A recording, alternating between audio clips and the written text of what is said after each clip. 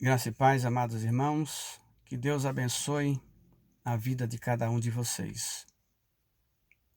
Queridos, os conceitos de luz e escuridão sempre foram entendidos na palavra de Deus da seguinte maneira: luz igual a santificação, escuridão ou trevas, pecado. Luz, proximidade com Deus, escuridão, longe do Pai Celestial. Porque a palavra de Deus nos ensina que Deus é luz. Hoje nós vamos falar sobre uma luz em nosso corpo. E o texto vai ser usado Mateus, capítulo 6, versículos 22 e 23.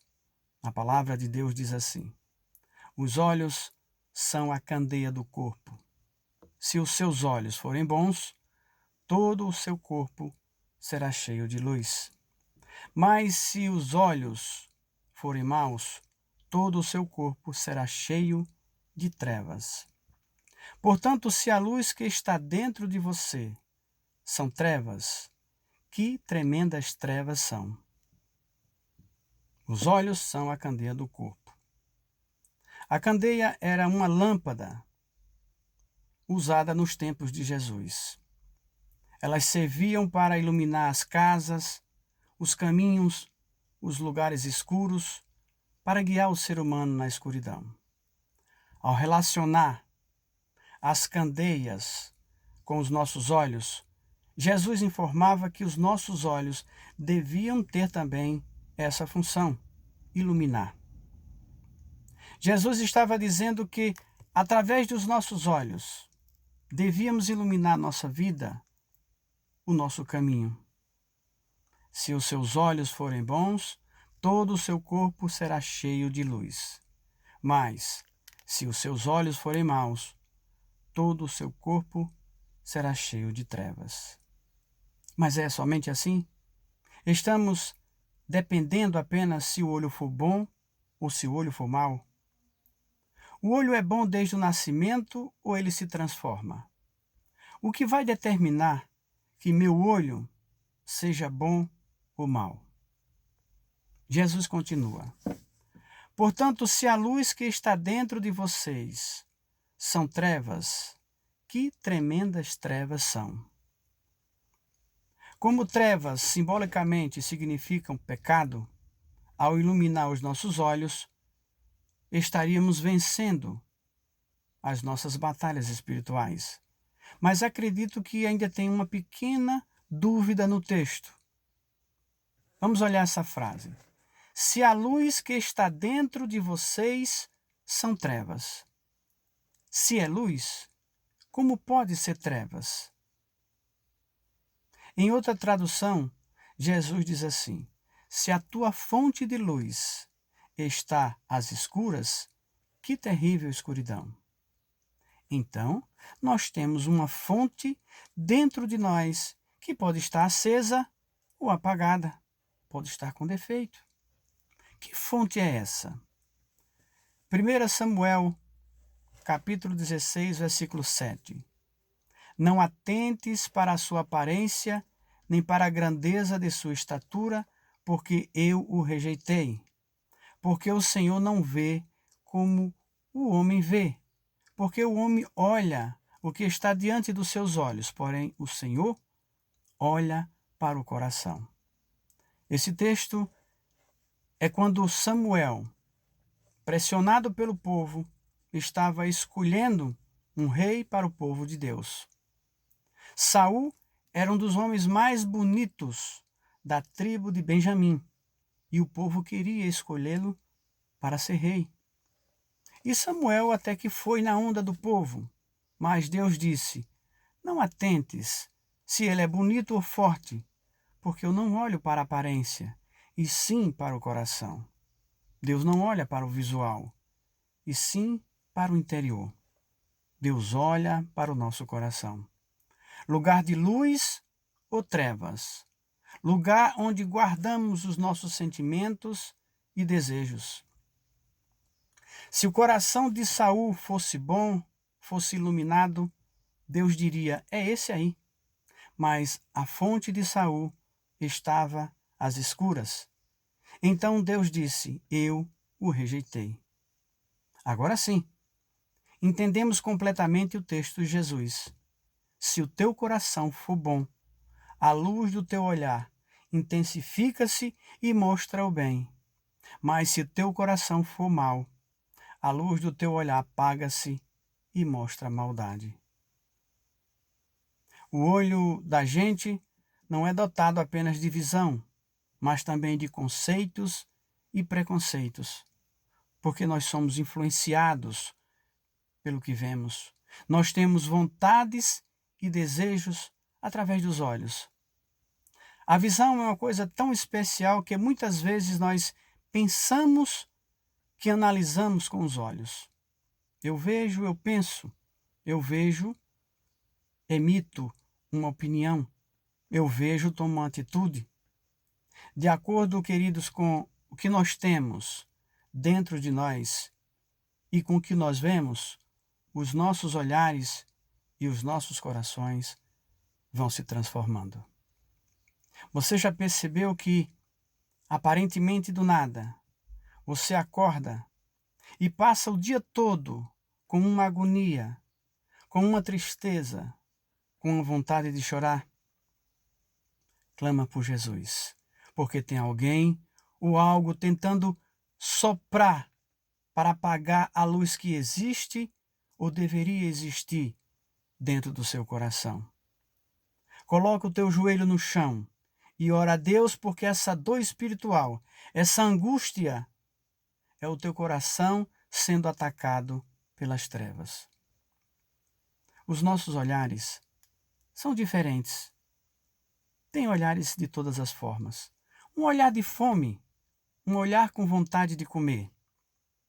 Numa viagem dessa que fiz a Olho d'Água das Flores, eu conversei com Jorge, um irmãozinho nosso, baterista, servo de Deus.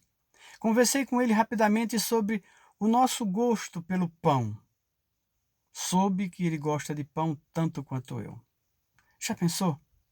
Uma vitrine com um monte de pão de coco com leite condensado por cima?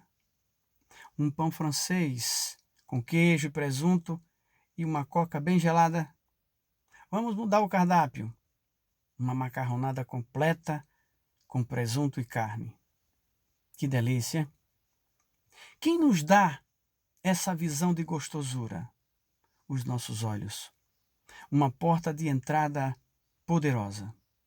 Se não fossem os olhos, a gente diria essas coisas, mas teria pouco efeito. A imaginação nos dá uma ideia de beleza e sabor, porque os nossos olhos já viram como são essas delícias. Um olhar de ódio, perseguição e prepotência. Atos 9, 1, 4, 8. Enquanto isso, Saulo ainda respirava ameaças de morte contra os discípulos do Senhor. Dirigindo-se ao sumo sacerdote, pediu-lhe cartas para as sinagogas de Damasco, e de maneira que, caso encontrasse ali homens ou mulheres que pertencessem ao caminho, pudesse levá-los presos para Jerusalém. Em sua viagem, quando se aproximava de Damasco, de repente, brilhou ao seu redor uma luz vinda do céu. Ele caiu por terra e ouviu uma voz que lhe dizia: Saulo, Saulo, por que você me persegue?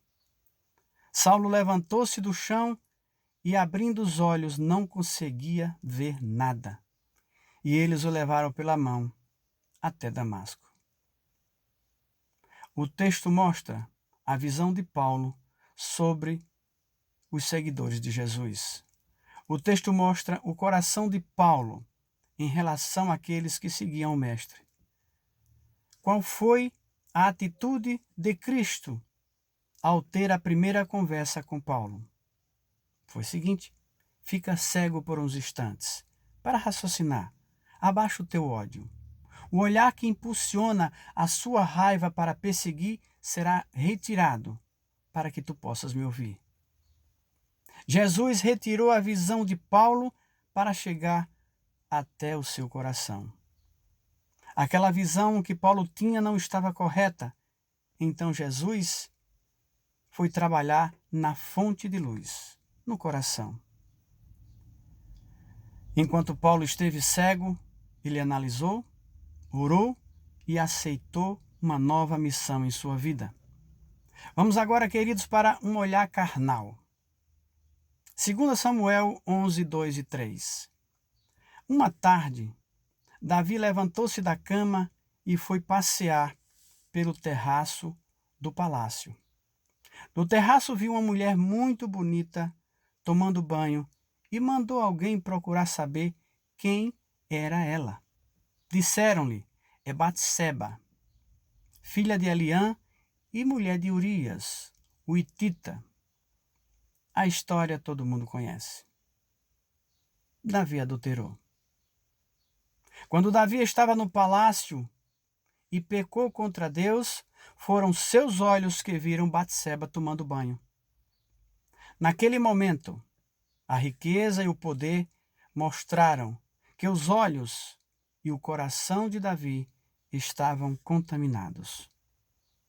Viu Batseba nua e o desejo tomou conta do seu coração. Os seus olhos viram e o seu coração lhe dizia: toma para ti, tu és o rei. Na sua importância de rei, Davi executou o desejo do seu olhar e o seu coração não lutou. Um homem, segundo o coração de Deus, naquele momento era o homem segundo o desejo dos seus olhos e o pecado do seu coração. As trevas entraram em Davi e ele pecou contra o próximo e contra Deus. Queridos, se alguém dissesse para um cego: estou vendo uma mulher linda, provavelmente esse cego lhe diria: vamos fazer o que viemos fazer aqui e vamos embora. Deixa isso para lá. Até porque na hora da confusão, para correr ou brigar, sendo cego, é complicado. Os nossos olhos, o nosso coração, tem que ser tementes a Deus, senão a escuridão entra. O pecado, que é um caminho para chegar até o nosso coração, e os olhos são a entrada para isso acontecer. Veja só, em Mateus 5,29. Se o teu olho direito o fizer pecar, arranque-o e lance-o fora. É melhor perder uma parte do seu corpo do que ser todo ele lançado no inferno. Tem gente que fica abismado e diz: isso é muito radical. Quem vai tirar o olho porque pecou? E eu vou ficar cego? Queridos, é apenas uma figura de linguagem, até porque ninguém olha para o pecado somente com um olho. Olhamos com os dois. Pecamos com os dois olhos. Se nós levássemos a uma tradução literal da palavra de Deus, não entenderíamos nunca quando Deus falou em Ezequiel 3, 36, 26. Darei a vocês um coração novo e porei um espírito novo em vocês. Tirarei de vocês o coração de pedra e lhe darei um coração de carne. Quem tem literalmente um coração de pedra? Ninguém. Simbolicamente, nós tínhamos um coração duro, mas Deus colocou em nós um espírito que transforma o nosso coração e nós olhamos para as coisas agora com a visão de Cristo. Quando pedimos a Deus um coração novo, é porque esse coração novo significa um novo nascimento e esse coração será transformado e transformará todo o nosso corpo. A gente conhece a música, o louvor. Recebi um novo coração do Pai, coração regenerado, coração transformado, coração que é inspirado por Jesus. E de fruto desse novo coração, eu declaro a paz de Cristo. Te abençoo, meu irmão, preciosa é a nossa comunhão.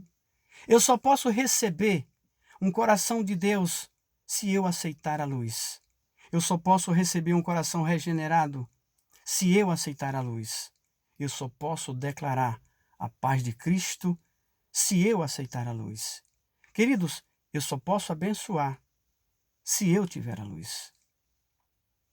As nossas lâmpadas têm que brilhar.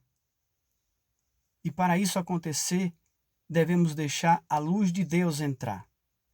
Quem é a luz de Deus?